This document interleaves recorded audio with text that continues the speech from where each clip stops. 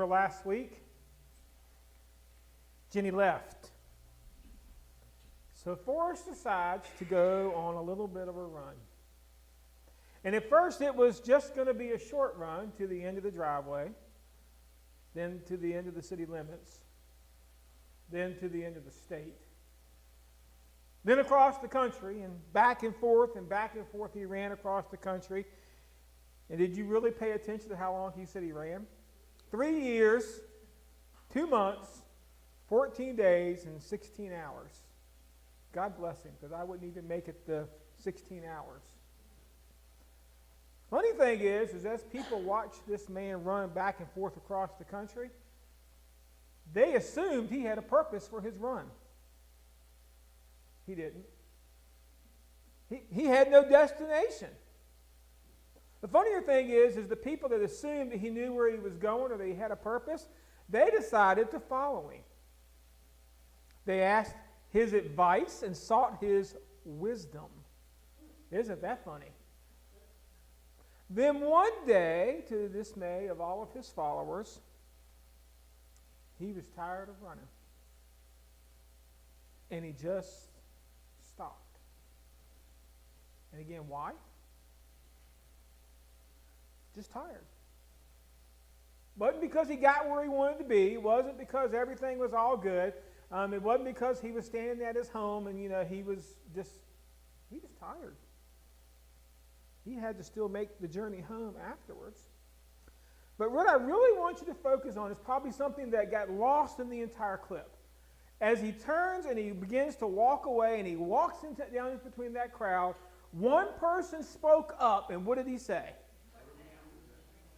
Now what do we do? I think that's a lot of us sometimes. We spend our lives chasing the wind, and when we figure out that we can't catch it, we say, now what are we supposed to do? We're getting to the end of this series. We have this week and next week, and right now Solomon is still running because he still hasn't found the meaning of life. Now, I'll give this man an A for effort because he tried partying. He did. He partied like there was no tomorrow. He tried studying. He was a very learned man. He tried working. Okay. He tried to establish a legacy for himself, something that would go beyond where he is. But now, as we reach this point, Solomon is growing tired. Life is worn him down. There is no other way to put it. He's just flat out old. But you know what? He's come to a conclusion about all of his running. It's meaningless. Now that's his word, not mine. All the things that he tried, all the things that he did, he said, you know what? They're meaningless because they're temporary. Someday, no matter how hard I try, life ends, and now what do I do? What's the point? But even though he's old and even though he's tired, Solomon still has one more race to run, one more chase to do. And this morning, oh boy, this is going to get kind of personal because this morning we're going to talk about chasing riches.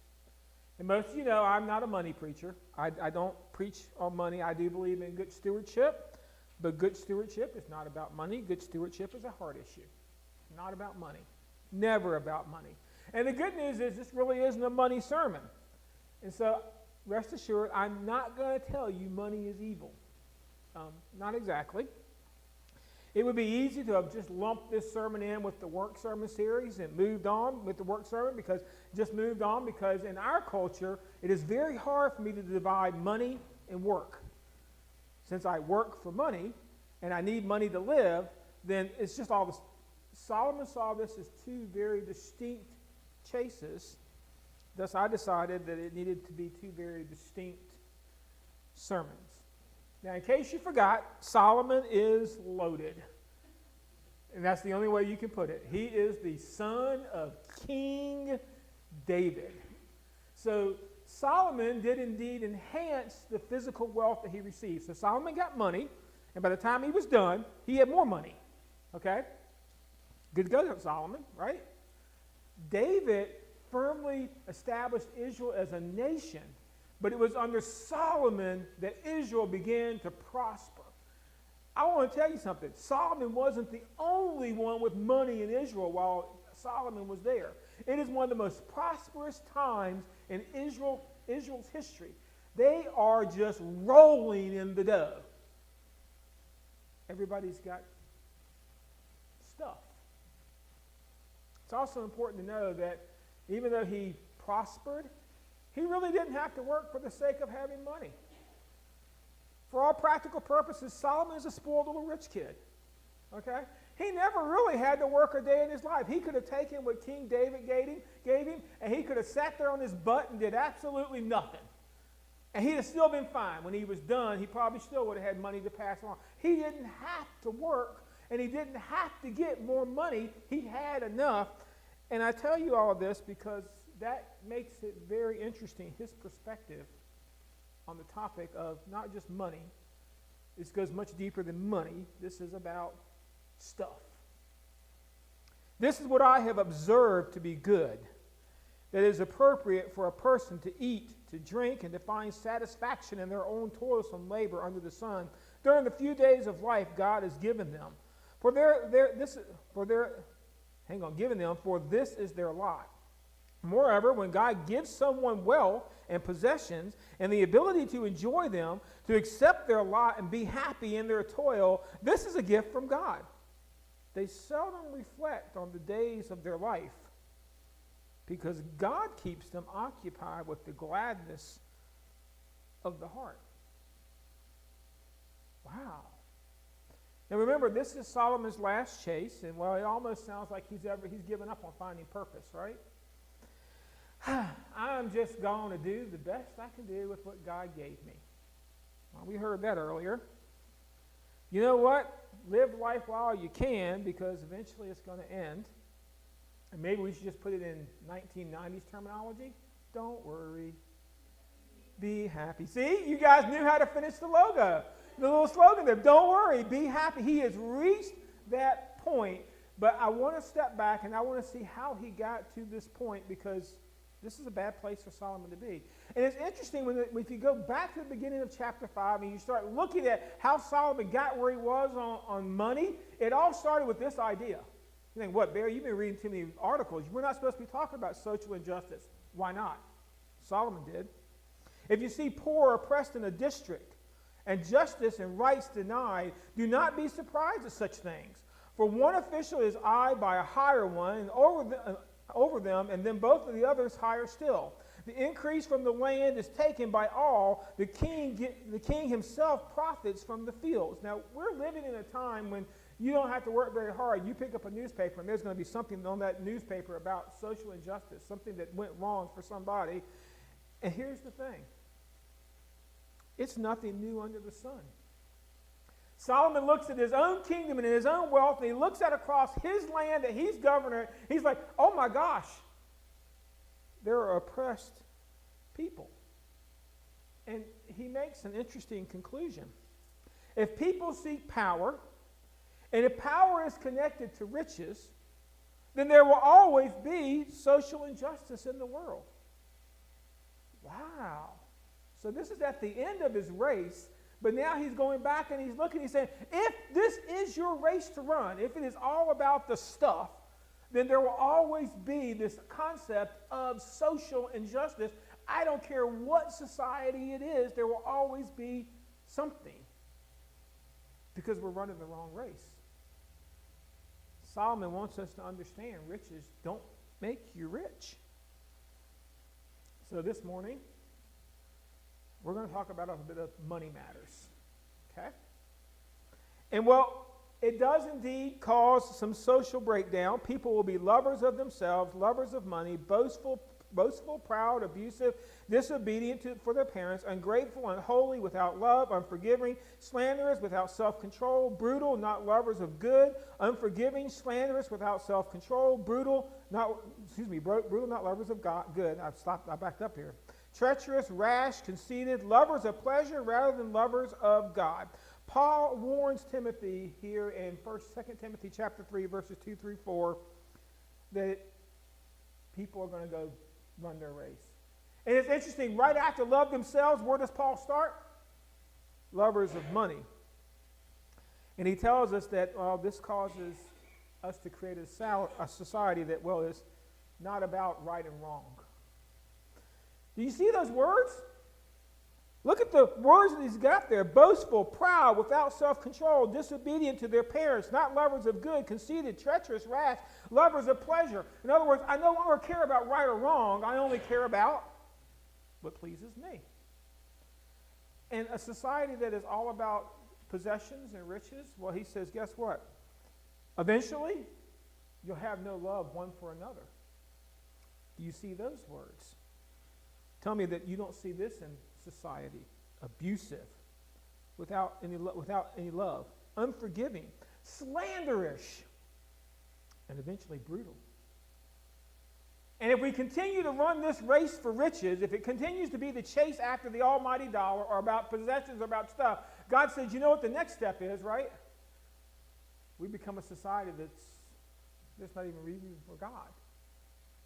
That nor God philosophy. Do you see where this all ends? It ends with us being ungrateful, which kind of sounds weird because it seems like the more I have, the more grateful I should be, right? Is that really the way it works? The more you have, the more ungrateful you are for what you have because you need more stuff. It says we become unholy, and we just don't really have anything else to do with God. You see, today, Solomon wants us to understand this concept of what happens with our race for riches. So today, he's going to give us some timeless truths that I suggest maybe you stuff away and start looking at your stuff. And where does it start? Money is not a satisfier. Whoever loves money never has enough. Whoever loves wealth is never satisfied with their income. This too is meaningless. And you know what? I have a secular job, and every year, right about this time, we just finished doing this at work, they do those annual reviews, and at the end of the annual review, what am I supposed to get? A raise. And at the end, and when I get my raise, you know what? Never once have I looked and said, I'm all good. I got enough. I think my boss would probably pass out if anybody ever did that, but really, I'm all good. In fact, if I don't get a raise after the evaluation, what do I get? I get upset. And I begin to justify my attitude because the cost of living went up. Inflation, right? I have more responsibility. Hey, the company had a great year. Aren't they supposed to share with me? And you know what I'm really saying, right? I deserve more. See, a lot of people are going to run up to me and tell me that they don't have this problem. If you don't have this problem, then have a yard sale next week and sell it all. Isn't that what Jesus told the rich young ruler when he said, I've done everything I possibly can? He let me say, cool, one thing you lack. Put it all out there and sell it and then give the money away. You see, everybody struggles with possessions, money, in some way, some point. Because if money is the reason you go to work, then absolutely there will never be enough pay. Do you have enough to make your bills and have some left over? Why do you need more? Well, because I'm entitled to more, right? That's the race I'm running. That's what I want out of life. I want more because I'm never satisfied with what I've got. And then Solomon wants us to know that when you continue to run this race, the consumer eventually becomes consumed. As goods increase, so does those who consume them.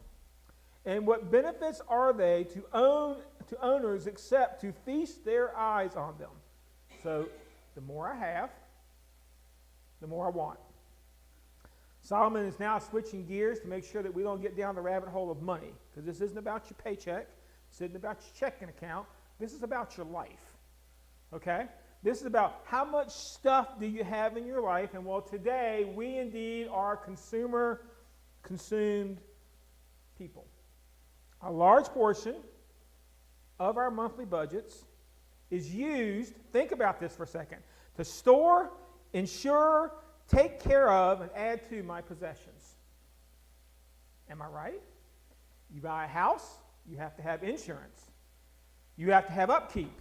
The bigger the house you have, the more insurance and more upkeep you have to have, right?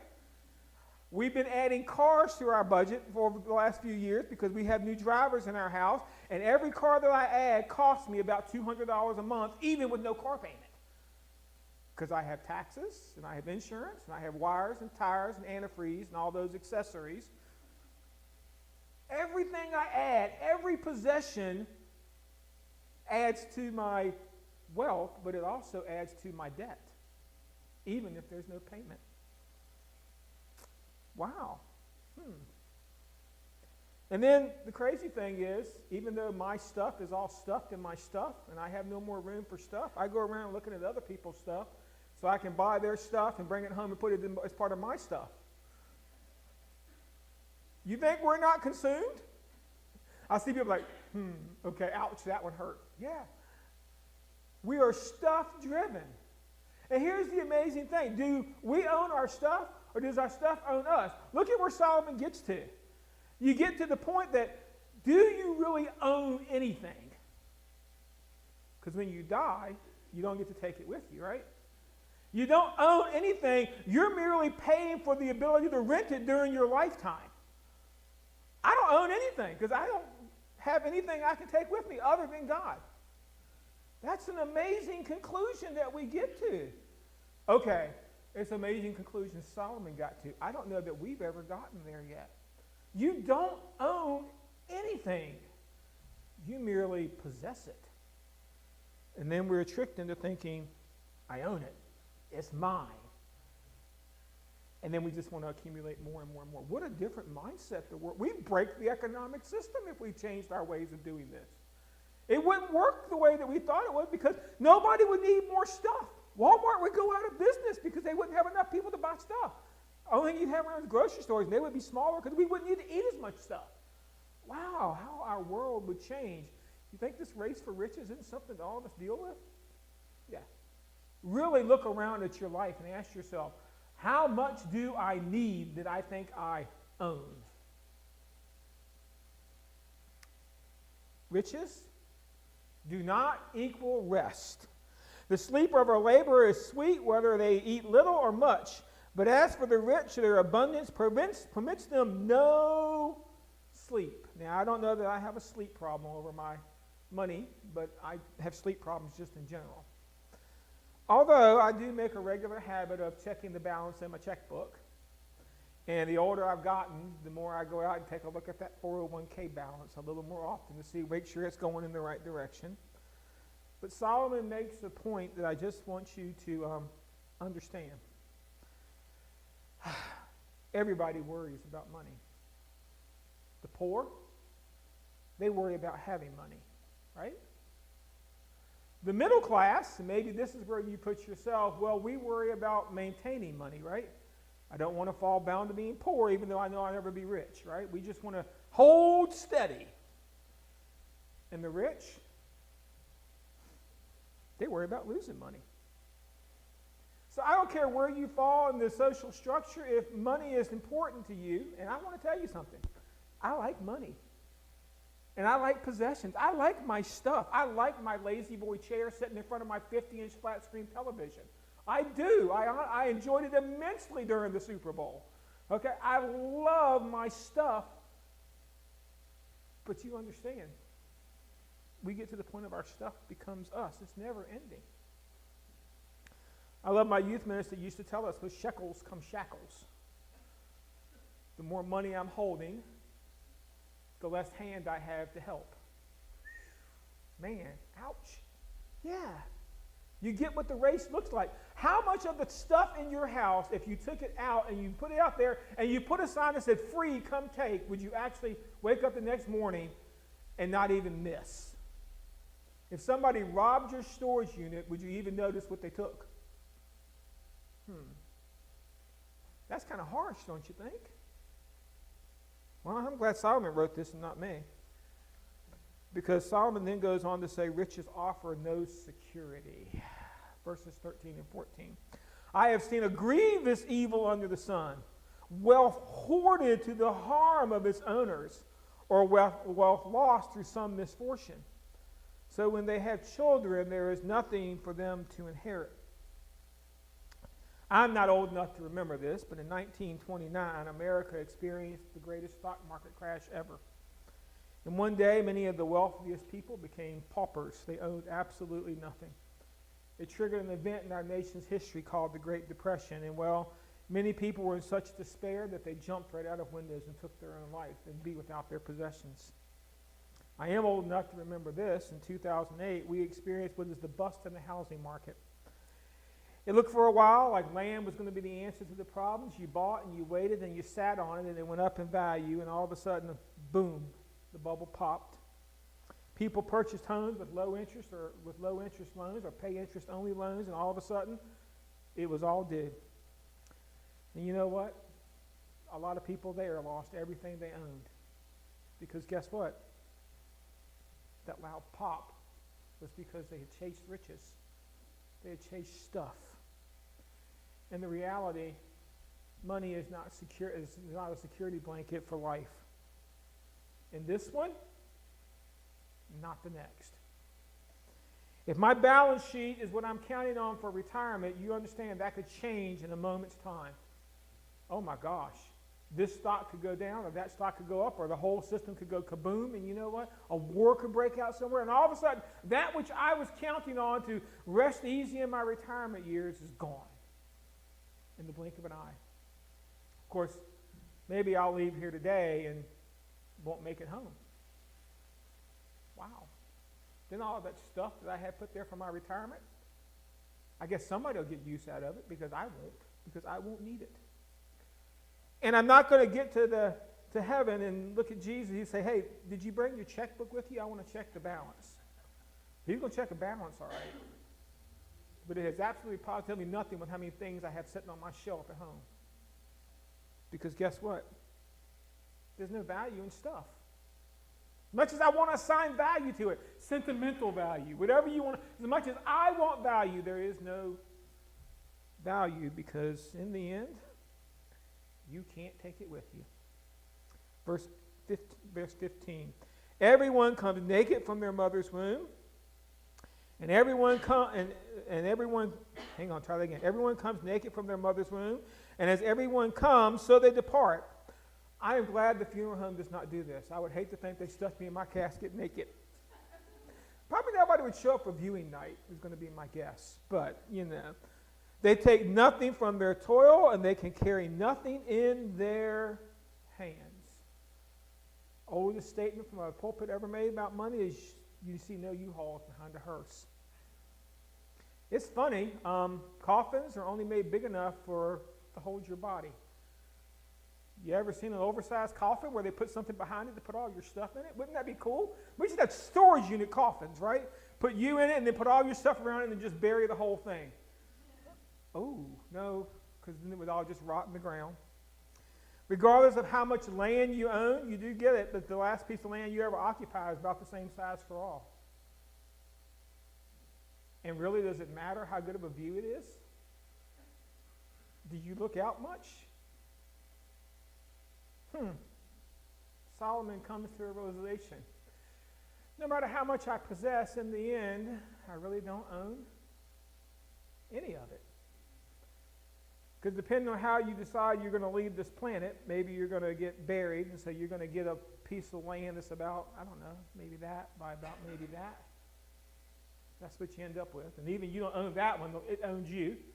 If you get cremated, maybe they'll sprinkle your ashes over a bunch. Or maybe you end up in a little box sitting on the mantle. I don't know. A space about like this. Maybe you could give your body to medical science, but eventually that too, you get it, right? All the things that I own and I possess and I thought was mine, I'm going to eventually end up in this physical stuff. I'm just going to end up very small. And somebody else really is going to own it. And they don't own it because eventually their life will end. And guess what? And then somebody else will own it. And so and so and so and so it goes. So I never really owned anything because it's not about ownership. It's about possession. Remember what they used to tell you when you were a little kid? Possession is 9/10 of the law, right?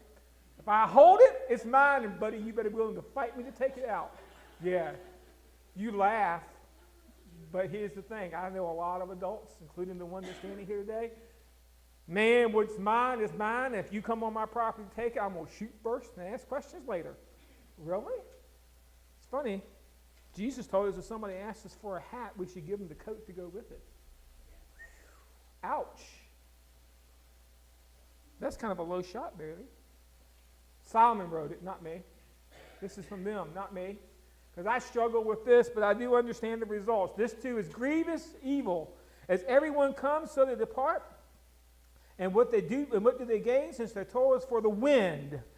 And their days they eat in darkness with great frustration, affliction, and anger.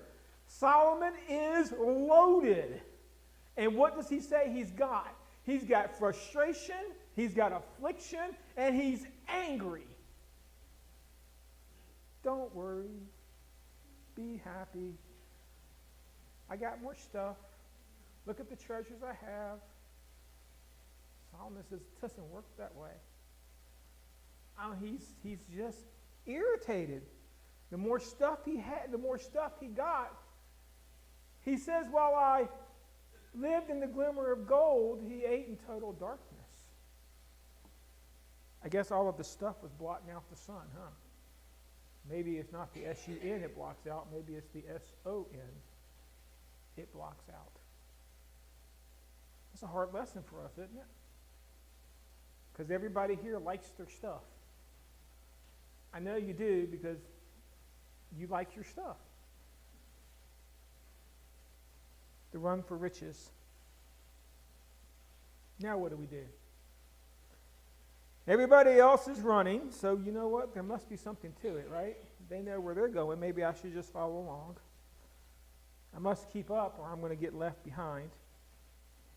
If I can just make it to the top of the next hill, I should be there, right? I have enough stuff. Just need the one more item to complete my collection. Folks, they don't call it a rat race for nothing. Because it's going to be never ending. But you know what? I do want to leave you with some hope. Because there is no hearse behind the U-Haul.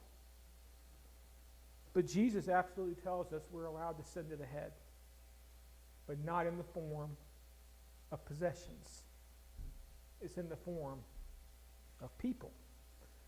Do not store up for yourself treasures on earth, where moths and rust and vermins destroy, and where thieves break in and steal, but store it up for yourselves treasures in heaven, where moths and vermin do not destroy, and where thieves do not break in and steal. For where your treasure is, there your heart will be also. Over the past couple of months, I've had the untimely and difficult process of my mom passed away, my dad's moving in with my sister, and we got a house full of stuff. By the way, if you're into going to collecting somebody else's stuff for your stuff, we're going to be doing a giant indoor yard sale down in Lynchburg in about a month and a half. Come on and get some stuff, because I got plenty to get rid of, okay? All these things that were collected, my mom collected cows for her kitchen and gingerbread for her dining room, and houses for her living room, and lighthouses for her bedroom. And she collected all of these things. And now they're all spread out on tables. And we're going to sell every single one of them. She took none of them with her. This kind of made my little wheels start spinning. What's it going to be like on my day? How many tables are they going to have to put out there? And then I got to thinking, what's it going to be like on the arrival of the other side? How many tables have been filled? How many people have I used my life and my wealth and my monetary ability for? How many have I used to promote the kingdom of God? What does my deposit look like there? That's the race, folks.